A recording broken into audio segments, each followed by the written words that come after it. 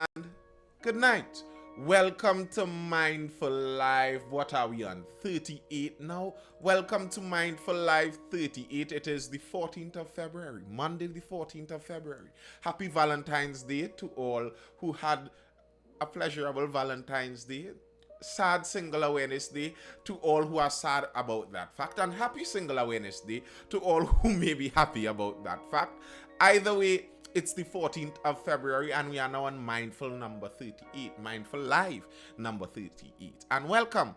What we're going to be talking about today, at least what we're starting talking about today, is the sorting out of SORT, the Special Operations Response Team. Now, that team was started under our former Commissioner of Police, the man of great repute, Mr. Gary Griffith. And he had some things to say about that, obviously. Griffith, dismantling SORT will endanger citizens' lives. Former Police Commissioner Gary Griffith believes the dismantling of the Special Operations Response Team will negatively impact the morale of the police service and endanger the lives of citizens. The National Operations Task Force is the new unit that will replace SORT. Acting Police Commissioner McDonald Jacobs said that the NOTF will be headed by a female officer, and ACP Jackman will be charged with overseeing operations. He said more will be disclosed about the unit by month's end. Now, I don't understand what exactly he was pointing out by saying that it's going to be headed by a female police officer. I kind of saying those things to me, saying those things, sup Paul Duncan, what's up, good night Jerry Fish. Saying some of those things to me that it's going to be headed by a woman, that's kind of a nothing statement. What's that statement supposed to mean? I am glad for women to get opportunities just like anything else, but I'm more concerned about this being headed by someone who's qualified. So being headed by a female officer, grand for her, I guess, but I hope she's qualified for that job either way. Griffith said yesterday that SORT had notably helped to stop kidnappings, rescue victims, and arrest criminals. Additionally, SORT's role was to provide support for other units within the TTPS, identifying and supporting the many good officers and gathering intelligence on the rogue elements. This dismantling of SORT would no doubt negatively impact the morale of the entire TTPS, and it will also endanger the lives of some because the criminals will once again be free to infiltrate the TTPS and influence rogue elements without consequence, which all negatively impacts citizens. Now, it seems like, according to our former commissioner,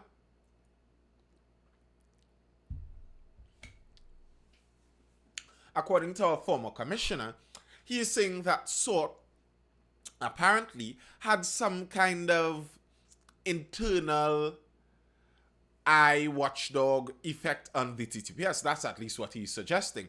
And somehow by SORT being left out, by SORT being removed, that now the TTPS would be more susceptible to corruption on the inside for some reason. I'm not sure exactly how SORT used to stop that, but this is what our former commissioner was saying. Griffith opined that the massive spike in crime the country is now seeing is because criminals are no longer fearful. A good measure of just how effectively SORT was affecting criminal activity was that during my 3 years of operations, he said, I received 33 death threats and the head of SORT 7, which is more than 1/3 combined of the 114 the entire TTPS received. Pretty sure not even 1% of those figures were received before me, and since I am no longer head of the TTPS, he said. That, okay. First up, he says that the massive spike in crime may be linked to some of this dismantling of the TTPS. And this dismantling of the TTPS is going to cause some criminals to lose the fear that it seems they would have once had when SORT was around. They had something to keep them on their P's and Q's, to keep them worried about something, to keep them fearful about something. That's what the former commissioner is saying. And he is laying the blame for the massive spike in crime at the feet of the dismantling of these unique units inside of the police service. That's what he is saying. And he is claiming, as part of his proof to show just how effective SORT was and how effective he was as the direct head of SORT, because SORT answered directly to him.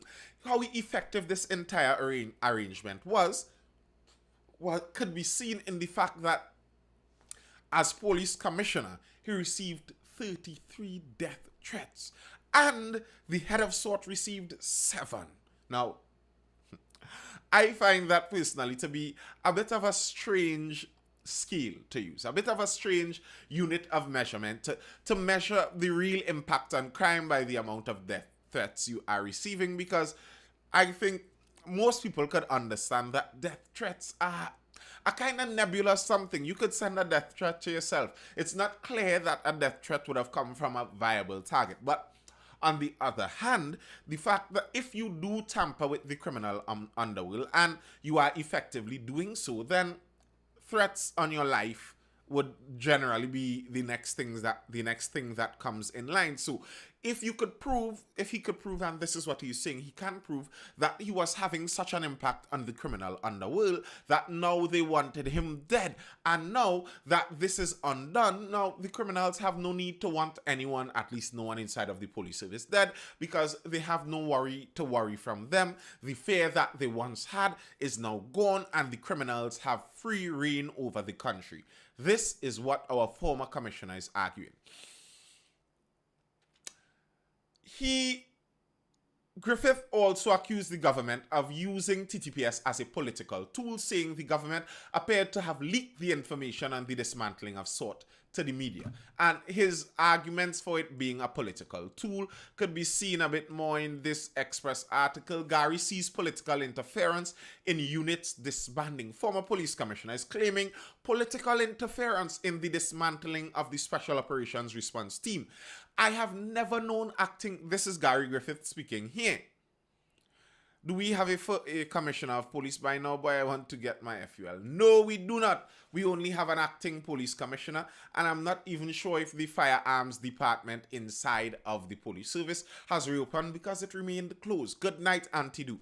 And the continued closure of that firearms department inside of the TTPS has negative effects far-ranging, not only on the regular citizens who would like to get their firearm users licenses. I'm sure some people would be trying to get theirs, and they cannot get it right now because it's closed, but also on the conscription of security officers. You see, if you are an estate police, an estate constable, if you are a security guard and you want to be an armed security guard, get a little upgrade inside of that pay, move up a little in your salary level there, you need to be conscripted. You need to get that firearm user license, well, the conscripted version from the TTPS. And now that department inside of the TTPS remains closed, there cannot be conscription of security officers. I'm not saying this of my own accord.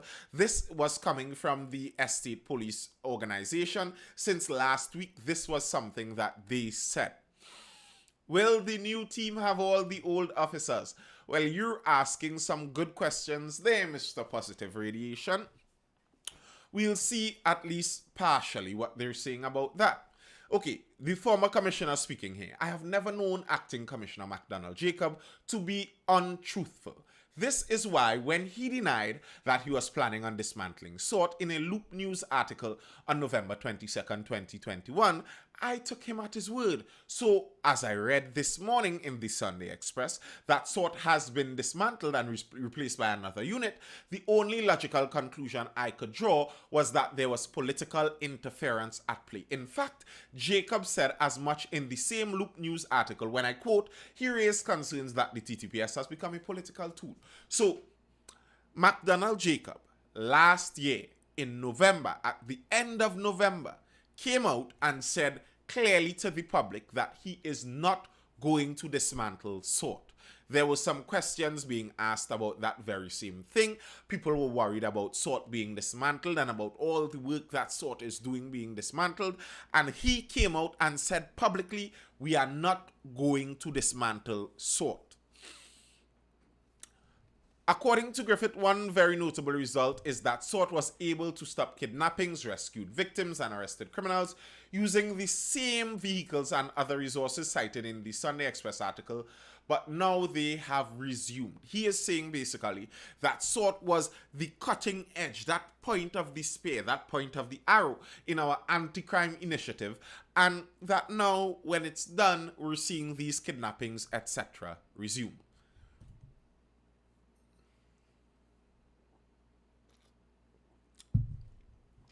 So when we getting an official commissioner of police, J. Chris, is asking $1,000,000 questions. So I do not know. But there could be some promise in that, because now that we have the Police Service Commission officially formed, hopefully they can send up a new list sometime soon. The president can sort out that list and send it to the parliament, and who knows, maybe hopefully in the next month or two. But it's not an uncommon thing for Trinidad to exist for years with acting police commissioners. That's not an uncommon thing. We've had acting police commissioners for probably the majority of the last 2 decades or so. So it's not some strange thing for Trinidad to exist only with an actor in the position of our commissioner of police. But according to Gary Griffith, he is wondering if there was political interference, but according to the Commissioner of Police, at least he's insinuating. He isn't directly saying all the reasons there are, but he's partially insinuating that the reason for disbanding SORT was because of the death of the suspects in the Andrea Barrett case. Good night, happy Valentine's to you too, Wendy Medium Excel. Over from the Newsday, we get the article, Reasons for SORT disbanding, death of murder suspects in custody was final straw. The Special Operations Team, the brainchild of ex-commissioner, we know that was disbanded. This was confirmed by the acting commissioner of police, and he said that it's going to be formed into a new entity called the National Operational Task Force, NOTF. Now, at least SORT could have been pronounced NOTF. I'm sorry, NOTF just doesn't have the same ring to it. SORT, at least you could have talked about SORT, and well, SORT going and come and sort out the scenes. What's NOTF? Like, I mean, if we're getting into those, the better, what do you call those? What is the name for that? What's the name for that SORT where you could pronounce it? I always forget those words.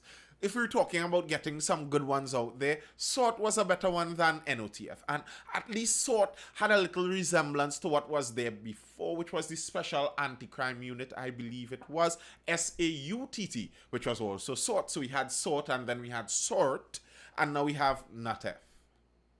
I mean, we could have got a better name. Like, there could have been a better name. Yes, it is an A word. I know it's an A word, but it's just slipping me. Acronym. Thank you very much. Interesting. There are too many words in my head sometimes. Jacob said while there were plans in play to reorganize some of the 20-plus units within the TTPS, it was only after the 2 files and the deaths of the detainees Andrew Solomon Morris and Joel Belcon that a firm executive decision was made to reorganize SORT. So what I want to tell you is that after the Police Complaints Authority submitted their findings along with their recommendations and also intelligence information from our international partners, a decision was made by the executive of the police service in the latter part of the year to deal with the dismantling and setting up a new entity to continue carrying out some of the work that was being done by SORT. Asked who the international partners were, whose report influenced the executive, he said he could not say, only that they are international support partners. So there apparently were some international partners who gave a report that swung the executive's view, and that he cannot say which international partners they were. It's all up for us to guess, I guess. And the general reasoning behind it has something to do with the death of the 2 murder accused in the Andrea Barrett case. I don't know how many of you may remember that when she was kidnapped, several people were arrested. Two of the men who were arrested were apparently tortured, according to some, and according to the TTPS, according to the official statement, they unfortunately got some injuries while in custody. One of them reportedly was resisting and acting violently while in police custody, and after the police tried to settle him down, unfortunately, he got injured so badly he eventually died. And someone else, another one of the accused, was on a chair and slipped off of the chair. And the injuries he sustained while slipping off of the chair was so deadly. They were fatal, in fact. And that slip from a chair killed him. Now, I understand totally that a lot of these cases, these two cases in particular, they do leave a bit to be desired. They do leave a bit to be desired. Yes, that may have been one really tall chair. Jacob said the police investigations into the deaths of these men is drawing to a near end, with a file already at the Office of the Director of Public Prosecutions for consideration on possible charges. Jacob said the decision to form the NOTF was to avoid neglecting the work that SORT was doing. He added that the organizational structure of the police service was changed so that the new one, NOTF, will not be directly under the Office of the Commissioner of Police, as was the case with SORT and the other units during Griffith's tenure. Now, this is the part that is really confusing me. So, if we are saying that there was a problem with SORT, to me, this is to me. You could tell me where the other problems you could see with SORT may pop up. But to me, the two possible problems with SORT could be with the personnel inside of SORT and with the organizational structure inside of SORT. That's where the two problems may lie. If the problem is the personnel, I don't think the TTPS has gotten rid of much of those personnel. And according to the TTPS, according to the acting commissioner, he said Superintendent Alexander will remain as the operational head of the NOTF as the unit continues to work. So, it's remaining at least partially with some of the same staff they had before. So, if it's remaining with some of the same staff at the top, that means it's maintaining the same personnel. And according now to Jacob, he said that what they are really changing is the organizational structure. And okay, you're changing the organizational structure. So then what exactly about the previous organizational structure made SORT so bad? That needs to be something that needs to be said. He is saying that now SORT is no longer directly under the control of the Commissioner of Police. So who is it under the control of? Because I would suppose whoever SORT is now under the control of still answers to the Commissioner of Police. So this whole restructuring and shuffling of the deck, while we still have the same amount of jokers in the pack, doesn't really make sense to me. That does not add up to me. So let's go to see where we could see some of the reasons behind closing SORT.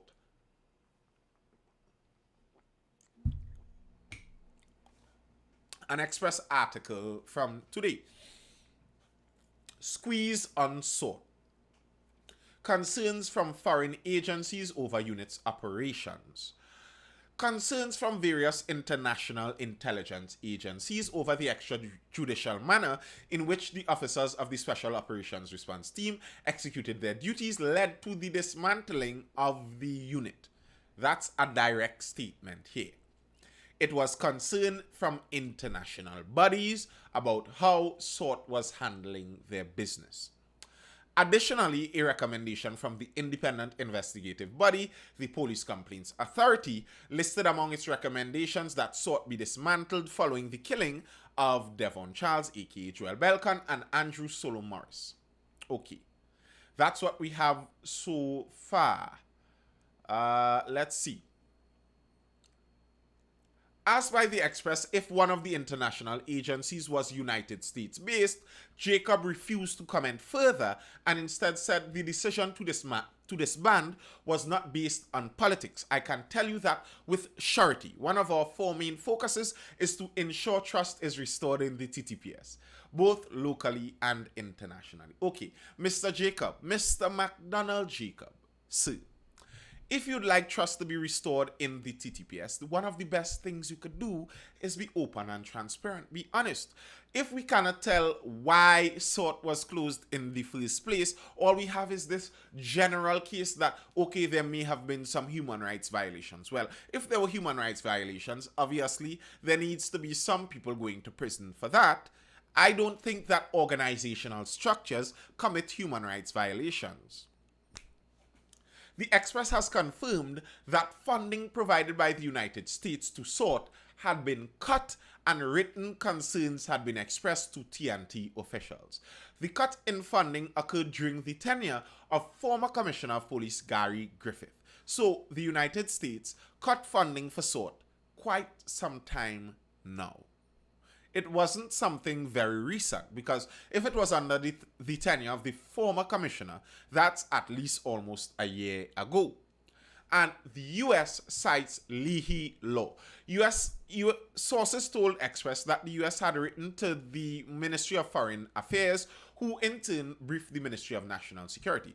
In withdrawing its funding, the U.S. cited the Leahy law, which refers to two statutory provisions prohibiting the U.S. government from using funds for assistance to units of foreign security forces where there's credible information implicating that unit in the commission of gross violations of human rights. I found this whole thing very ironic. So, the US has a law that tells them they cannot sponsor foreign units if there's reliable information these foreign units are implicated in the commission of gross violations of human rights. This is the same United States that sponsored the beginnings of the Taliban, that sponsored the beginnings of ISIS, that currently is funding a war in Saudi Arabia where they are committing basically genocide on the Yemenis. But they are going to dictate to the world that, they don't sponsor people who commit gross human rights violations. Yes, that's the reason. Wait, White Walker says, wait, FBI, CIA, KGB, MI6 and many others have killed so much people so they suddenly have a conscience. I don't know, sir. One of the articles that I just snipped in the middle of the contemplation when I mentioned this is one of those headlines that lives rent-free inside of my head. The headline reads that the CIA, after the CIA clears themselves of any wrongdoing in links to crack cocaine trafficking after investigating themselves. The CIA, after completing an investigation on themselves, have cleared themselves of anything to do with the trafficking of crack cocaine. And that's basically how it has gone for the last 5 decades. The CIA, the FBI, all of these agencies, these 3-letter agencies, doing what they want out there, and then investigating themselves and clearing themselves. But no, the US has come to tell us they're cutting funding from SORT because maybe SORT advantaged two suspects in the kidnapping and murder of an innocent young lady in our country. So the US is going to come from their moral high ground to dictate to us. They're going to preach that sermon to us about not abusing human right conditions. Right.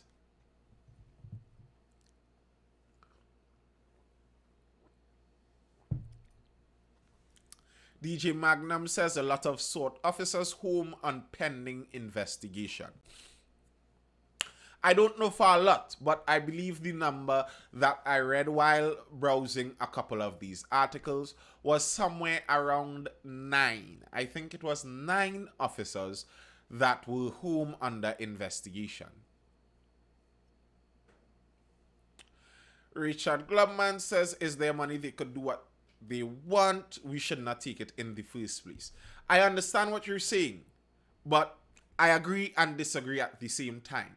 It is their money, yes, but it is only valuable to us because of the dictate they have over the world. So that's why they love to give it out at the same time, because they want to ensure that the world continues keeping their money as the primary money. So maybe you're right, and maybe we should stop taking it in the first place and try to do some things more on our own and stop leaning in on the US, allowing them to have that kind of world control power. I agree with that to some extent. Do as I say and not as I do, says the USA. That's kind of what they always say. That's not an uncommon statement coming from the US. Yes, they had worries about our human rights violations. So, they had to make sure that, yeah, they couldn't continue funding us. No, they had to stop that funding because it disobeyed their laws. I found that so rich. It's not about me wanting the resources from them. That's not to do with it. It's just the hypocrisy of it all. That, they researched and they found that something that was still under investigation, because as far as I believe, no charges have yet been placed on any of the officers that where these allegations have been placed. So these are still at the point of just allegations. But, the US is so serious about these gross human rights violations that they're pulling funding immediately. While now they're still funding Saudi Arabia, doing what they're doing to the Yemenis, and they're probably looking to do some funding over in Ukraine to, I'm sure, do some things that don't all line up with human rights. But so is the way of the world. So is the way of the world.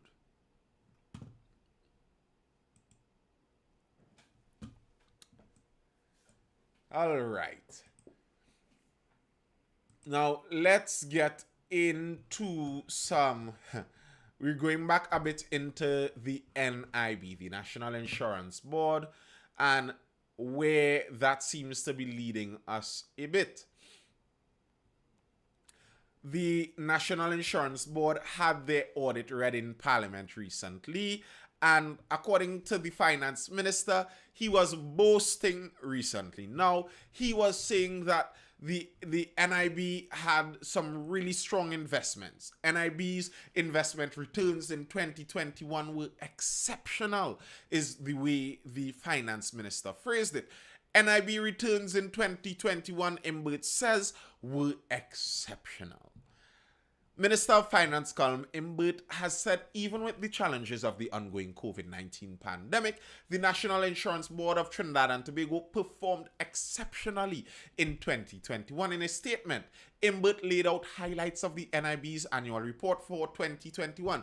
It said it is noteworthy that due to the recovery in international capital markets over the period as the more advanced economies adapted to the realities of trade with the pandemic's restrictions in place, the NIB's investment returns in 2021 were exceptional, with an overall investment portfolio of 14.18%. Now, they're going to go into quite a bit of technical language here, but basically what they're saying is a lot of what... Good night, Empress Roni. That's no problem. As usual, thanks for bringing that up. If any one of you are in the live and you've missed out piece and you want to catch that piece, or you want to catch any of the previous lives, you can go over to my YouTube channel, Nathan Springer, over on YouTube, and please subscribe to that channel, Nathan Springer, over on YouTube.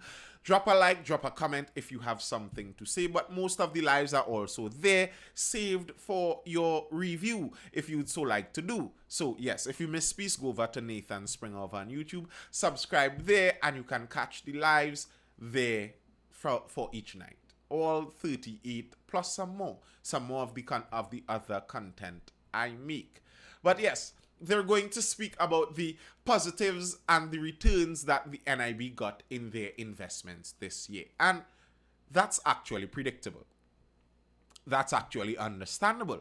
Because think of the NIB. This is how you could think of the NIB. Think of the NIB as a very rich man. Think of the NIB as one of those multi-billionaires. What the NIB does is they play in this capital market. They have capital, they have cash in hand, as it were. They take that and invest it and get returns on it. And now, if you look at how the people who generally do that in the general world performed in the last year, those billionaires gained a lot. If you looked at the stock exchange, a lot of the people who played the stock exchange would have gained a lot, and the NIB would be at that kind of level. The kind of level where an investment into a lucrative company that saw profits soar inside of the pandemic would cause the NIB to in turn see their profits soar. And as we learned last week as we were reading, the NIB, I believe, is the largest solo investor, I believe, in Republic Bank Holding Limited and in Massey, and both of those saw profits over the last year. A lot of those large conglomerate stores, although many people in the smaller levels, the smaller level entrepreneurs, the smaller businesses, saw real struggles over the pandemic period, many of the larger companies, because of the consolidation that occurred during this time, actually saw their profits rise. Most of the top companies did better during the pandemic, because what the pandemic did for the most part was cut off the bottom levels. The bottom levels couldn't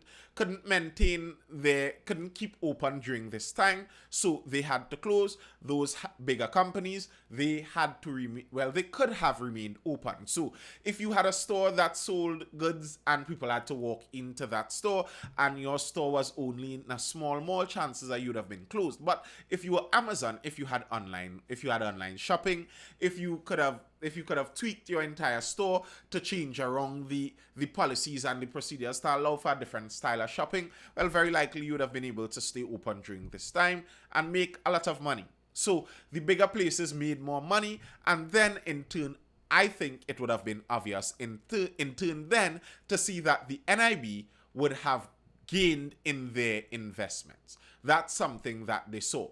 And they saw that their investments increased. They saw that their contributions increased. But the reality is that as our finance minister speaks about this, yes, the investment is increasing. So the NIB is taking money, investing it into companies. So they're buying up some stocks in Republic Bank, let's say, and Republic Bank is making money. Republic Bank is making a profit. Their stock price is going up. So they're seeing positives on their investment. So beautiful. But here is the problem. It is not enough. It is not enough. NIB records $1 billion deficit. And at the start of this Express article, they have a chart showing here difference between expenditure and contribution income. So starting from 2017, what they're checking here. So what Mr. Imbert was talking about was the return on investments. But what they're checking here is the amount of contribution. So how NIB basically gets money in is through the contributions. Through the contributions that workers make, whether it be weekly or monthly or however, they pay that NIS, and those contributions go into the NIB, and they use that money. They're supposed to take that money, some of it is to invest, some of it pays back out in benefits. So now they're checking how much over the contribution level. So let's say they're getting 100,000 in contributions. They're checking how much more than this 100,000 in contributions they had to pay out all of the benefits that they had to pay. And starting from 2017, they had to pay 140 million more in benefits than they had in contributions. In 2018, that went to $226 million more. In 2019, it went to $432 million more.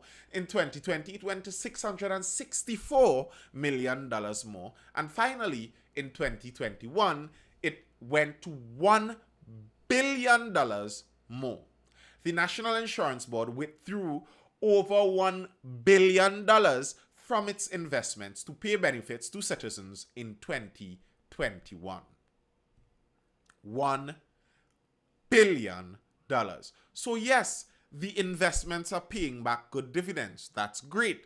But still, it is not enough. It is the highest amount the NIB has ever had to withdraw to meet its expenses. In its 2021 report, which was laid in Parliament last Friday, the NIB said The recessive impact of the COVID-19 pandemic on the economy, as well as the absence of parametric challenges, amplified the deficit, yada, yada, yada. As such, the performance of NIB's investment portfolio was moderated by withdrawals of $1.065 billion from the investment's cash account to finance shortfalls. So it doesn't matter whether their investments are making that much. If it is raising this much, and if you're looking at the rate at which this is raising, in 2020 it was 664 billion they had to withdraw. In 2021, 664 million, sorry. And in 2021, it was $1 billion. That's probably around 40% more that they had to put in there. The number just short of doubled. So if you're looking at that and you're forecasting to years coming in the future, are we going to be able to increase the investments that we're gaining each year by $1 billion? I highly doubt that. It just does not seem likely. The sum for benefits is exclusive of administrative expenses of over $200 million for each year. So this sum that we are seeing in benefits still doesn't include the amount that we pay out in the administrative costs to make sure that the NIB keeps running. That's paying people's salaries, etc., etc., etc. So other than that money, there's about a $200 million price tag for the administrative expenses. The difference between income and expenditure has been a thorny point for the NIB, and it has advocated for changes, the main one being increasing the retirement age from 60 to 65. The pandemic has exacerbated the issue for the NIB. So the main point that they are seeing, the main pain they are seeing, is that aging population. All right, many people are saying that part of the problem is that many companies aren't giving in the contributions. And that's true. That's true. It has been known for quite some time now that many companies in Trinidad and Tobago are slack when it comes to their NIS contributions.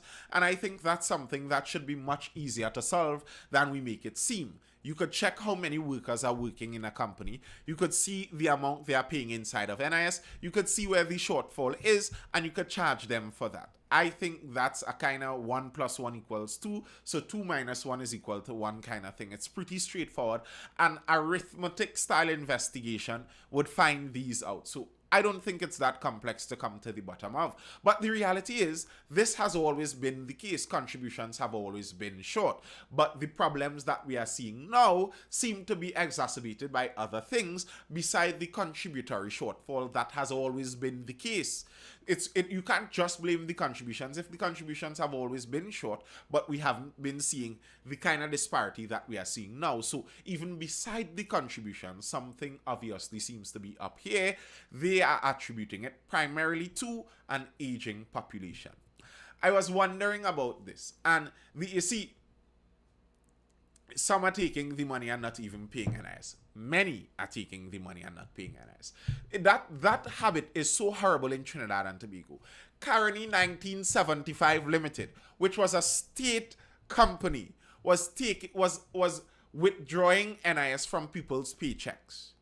And when Caroni crashed down, when Caroni closed down and no cane could have been gotten anymore, and people went to check on their NIS payments, they found that all these years Caroni was withdrawing that NIS payment. Somebody inside of Caroni administration was hopsing up your NIS, and it didn't reach the official NIB. How? That's supposed to have a clear paper trail to me. But whoever did it is probably still living in their mansion, living comfortably, and maybe whoever did it is now in politics, postulating to you and preaching to you about integrity and honesty in this country and working hard for this country. For all you know, the person who did that is right there telling you some of these things. Nisi 1321 is saying that happened to me when I was teaching at a private school. Money was deducted, but no payments. That is very prevalent. That is very prevalent. I've heard many people complain about that. I've heard some people complain about that reaching to the police and nothing coming of it. White collar crime seems to have no prosecution in Trinidad and Tobago, apparently. So, yeah. The idea, though, is with this old age pension. The idea was that it's basically a proportion of your population.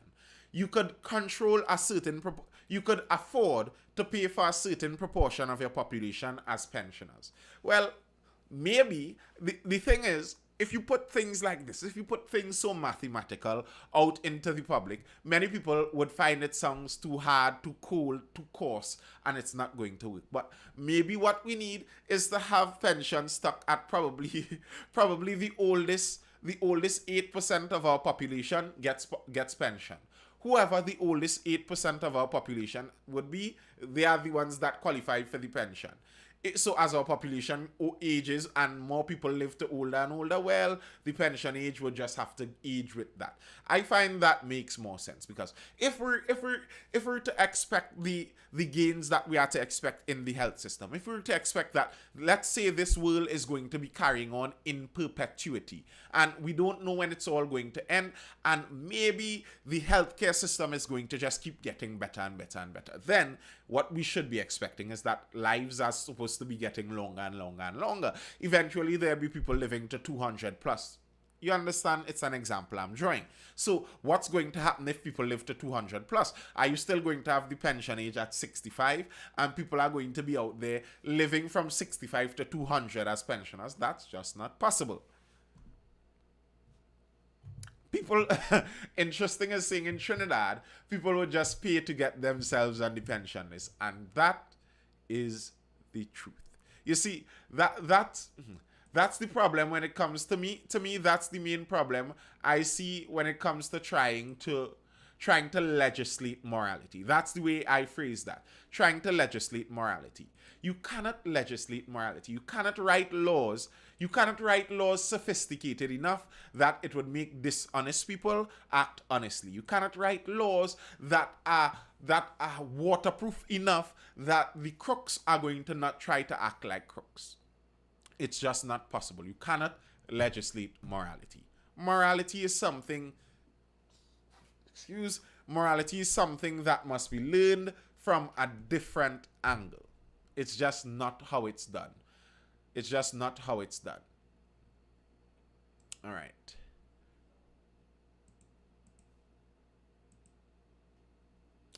Now, I was reading an article that referenced the carnival, the taste of carnival season that was coming, and referenced some problems that the taste of carnival was already bouncing up into.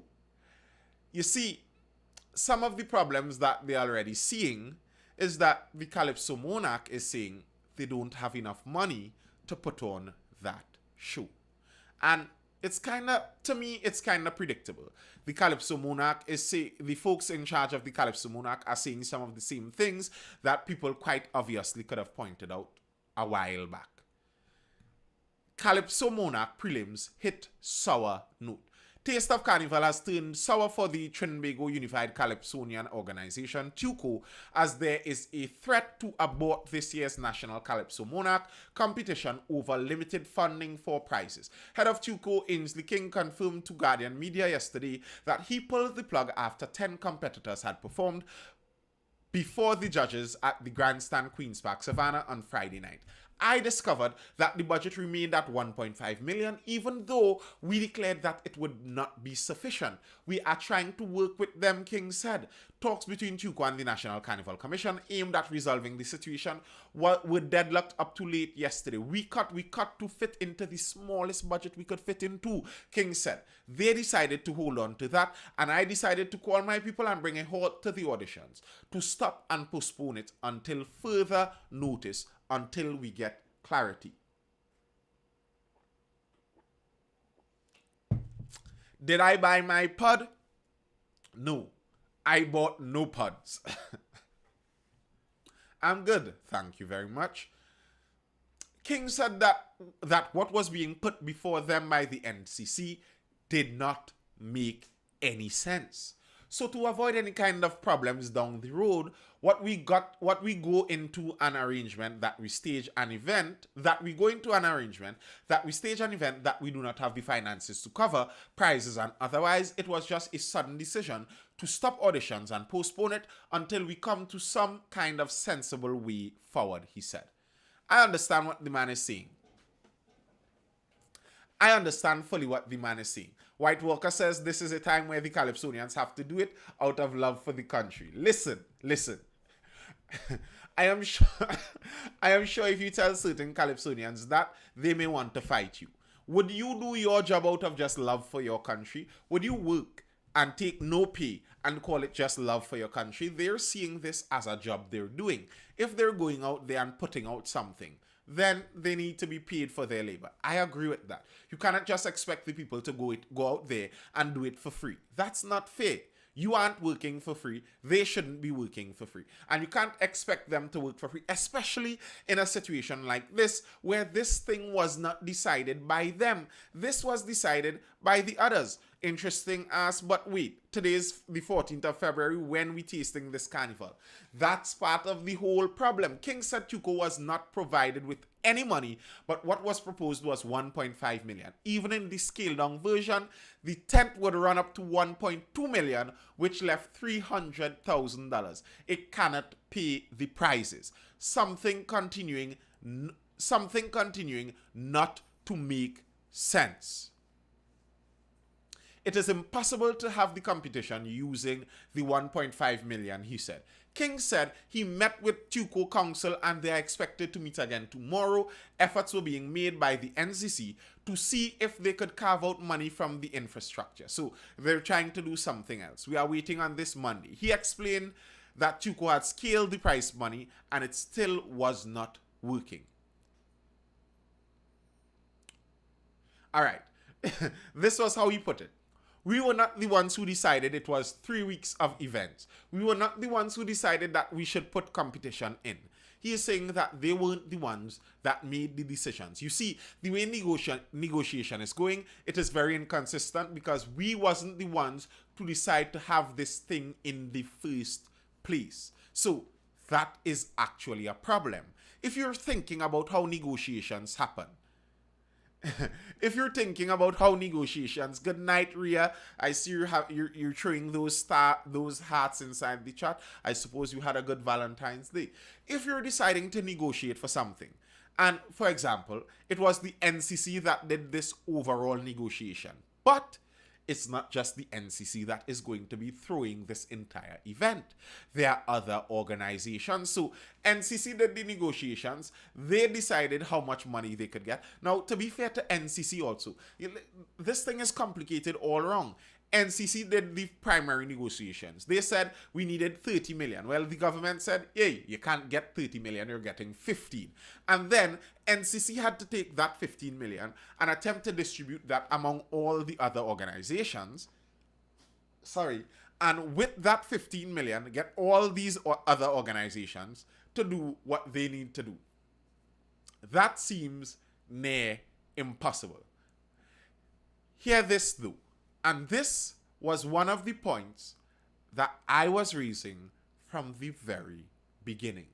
There are reports that of the 15 million allocated for the Taste of Carnival, more than 12 million was spent on infrastructure and other logistics, including the controversial pods on the north side of the savannah. Surprise, surprise. Apparently, out of the 15 million allocated for this Taste of Carnival, quite possibly up to 12 million was spent on the infrastructure for it. And now, in case you don't have the understanding of that, how that was going to work, that infrastructure had to be paid, very likely, to riggers, to scaffolding rental companies, many of those who would already be paying millionaire owners. So this $12 million may have left anything like 5+ million in profit in the pockets of already multi-millionaires. This is the evil thing that gets people really upset with governments. Even in the United States, I was reading recently, something like 20%. They spent some trillions of US dollars. They printed money like rain and spent some trillions of US dollars during the pandemic to help people. And something like only 20% went to the lower wage bracket. Something like 70+% went to people who are already in the millionaire bracket. Similarly here, we're taking 15 million during an emergency, during a pandemic, just to have this taste of carnival. They're saying because, people inside of the entertainment industry and the culture industry, they haven't been paid for 2 years. They really need a little pittance, The people really need the little kakada. They need a little money to spread. All right, grand. Wow, good. Well, take that 15 million, split it up, and spread it between all the people there, and let's have it like that. Because this does not make sense. Instead of that, you're saying, no, we're going to hold a sophisticated pod-style event and pay 12 million out of the 15 just in infrastructure to build the pods. How does that make sense? How does that make sense? But it's the common thing with nearly all of these programs. They pay hundreds of millions in CPEP.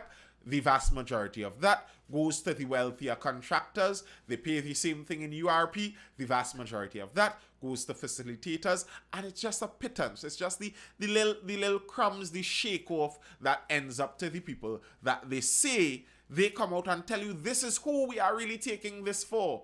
And yeah, that's the people that get the dregs.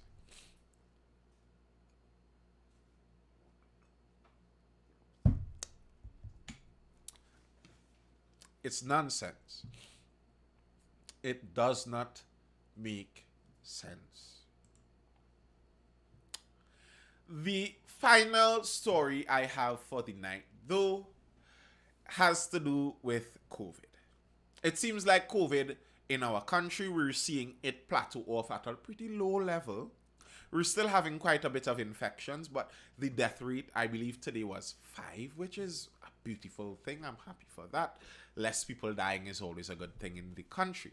But we're seeing some interesting movements. Well, some interesting lack of movements in the legislation for the public service safe zone. Welcome to capitalism. I resent that. I fully resent that, White Walker. You threw me off of my last story here. This is not capitalism. This is not capitalism. Capitalism in the rawest form is the free market.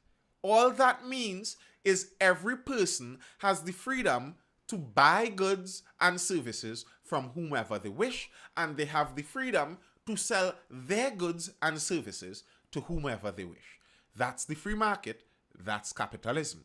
This is called crony capitalism, because what this actually does is it uses the power of the state to force money, to force capital into specific avenues. So no.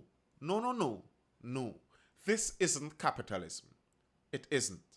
This isn't the free market, because there wasn't a free market that decided on these pods. There wasn't a free market that decided on these events. It wasn't in the free market that the taste of carnival was born. No, the opposite of that. It was inside of the state, inside of the government, where they stipulated that. Did you even see bidding for anyone to go and build these pods? Did you get to bid? Did you see a public bid for that? No. This was just done by the government, by the state of their own accord.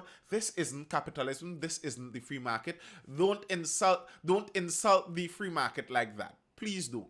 This isn't what that is. But we're seeing, though, that the government seems to be delaying even more on the legislation for this public sector free zone. How many of you remember that? Remember when that was in the news, when that was the hottest thing in the news? The government is going to make the public sector a safe zone and they're going to force all public servants to become vaccinated. And people were getting really worried. But being the pragmatic man I am, I was watching this and something wasn't quite adding up to me, because I saw that our national security ministry, our national security agencies had less than half vaccinated. So I was like, I don't think they could actually do that. It does not make sense to me. And apparently, we still cannot see the sense being made in it. No legislation ready for new date of public service furlough plan.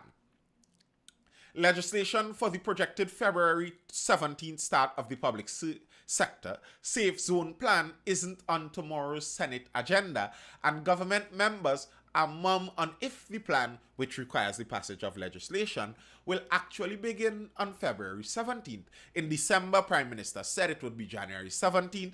Then in January, he said he's going to delay it for another month. And he's allowing the Attorney General to, really write up this legislation. Health agencies had offered vaccinations at north and south locations, but there was pushback from unions against this forced vaccination. They advised employees not to divulge their medical status and for the unvaccinated to show up at work when the plan began and seek reasons why they may not be allowed in work. However, on January 15th, Dr. Rowley announced an extension of the plan. There was an extension of the plan. At the time, vaccination levels ranged from a high of 87% in the Foreign Affairs Ministry to a low of 34.3% in the National Security Ministry. 19 ministries were above 50%.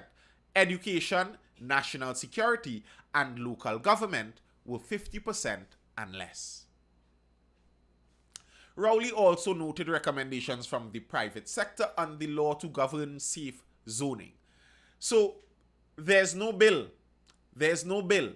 There's no bill on the books. It's been written up already. The agenda has been written up for tomorrow's sitting, and there's no bill. No one knows where they are. Queries on the safe zone plan was on. Queries on if the safe zone plan was on track for Thursday and if the necessary law for it was ready was sent to the Attorney General, Public Administration Minister, Lower House Leader Camille Robinson Regis, but there was no answer. Neither did Rowley reply to queries. Safe zone still on? Indar Singh is asking. Opposition UNC, Rudy Indar Singh said yesterday the opposition and other stakeholders are awaiting word about the planned legislation for this safe zone plan. If it was supposed to start on Thursday, as the Prime Minister indicated last month, when he postponed it, when will the law for this be debated? Is it that they still haven't reached full vaccination levels for all quarters? Has the Attorney General completed all his deliberations? Are they making changes to this again, or will it be postponed a second time? Commissioner of Prisons Dennis Pulchan said yesterday only about 35 more officers vaccinated after the plan was announced, despite the service offering doctors counseling. So the National Security Ministry isn't seeing any grand uptick. So that isn't happening. And then we are still waiting. I don't know how many of you remember, there's a committee out there where we are still waiting for that committee to come back and tell us what's going on inside of our healthcare system. I am very curious in reading what that health committee says, because that committee would have started their deliberations, would have started their investigations when we were at record levels, and they would have been investigating through that record level point, dropping down now till 5. So I would like to see what different changes happen inside of our healthcare system along the period when we went from 37 people dying in a day to only 5 dying in a day. Yes, that 5-man team, they're out there still. They asked for 3 weeks extension about 2 weeks ago. So I expect they have about 1 more week. In the first place, I don't think the government could bring this policy forward until that 5-man super committee has returned with their deliberations. It's not going to seem like it makes sense to do that to me. So at least this week they cannot do it. We will see. We will see what happens when the government is going to come back with this policy. Now, as I said, I believe from the get-go, from the very first time it was mentioned, this policy was more of a coercive measure. It wasn't necessarily a measure where they actually wanted to put this policy in place. They just wanted to have this policy being one to shake some people up, to worry some people, to scare some people into going out there and being vaccinated. And I think it did work. Some people would have gone out there and gotten their vaccine just because of the announcement of this policy, although the policy never actually came to fruition. So, tough luck on that. All right. What about the property tax? Do squatters pay those taxes? Someone told me that them can't see why them paying taxes when we have such bad roads in TNT. The property tax is another one where they'd keep extending until hopefully they get what they want. And even on that squatting note, there was another story out of Arima. I know some of you in the East always talking about how Arima always bad in the news. Well, Arima was again bad in the news. There seems to be some land grab going on in Arima with that same squatting business. So, squatting hasn't stopped. Squatting hasn't stopped. What about reforming the public service? Which government are you going to get to do that? Who is going to do that? Who is going to take the risk of going at the public service, which employs the most people in Trinidad and Tobago, and telling them, well, we need to change how you all do this thing because it is not working? Good luck with that. All right. That's all I have for now for you folks over on YouTube and Instagram. Thank you for tuning in. I hope you were educated, informed, or entertained. And join me again tomorrow at around 9:30 p.m. Usually before that, for the next Mindful Live. And anything you missed out, as usual, be sure to subscribe to my YouTube channel, Nathan Springer. Drop a comment, drop a like, tell me what you think, and I'll see you then. I'll be on TikTok chilling for a little while longer. If you'd like to tune in there, for you over on TikTok, I'll be there. Thank you very much. Peace.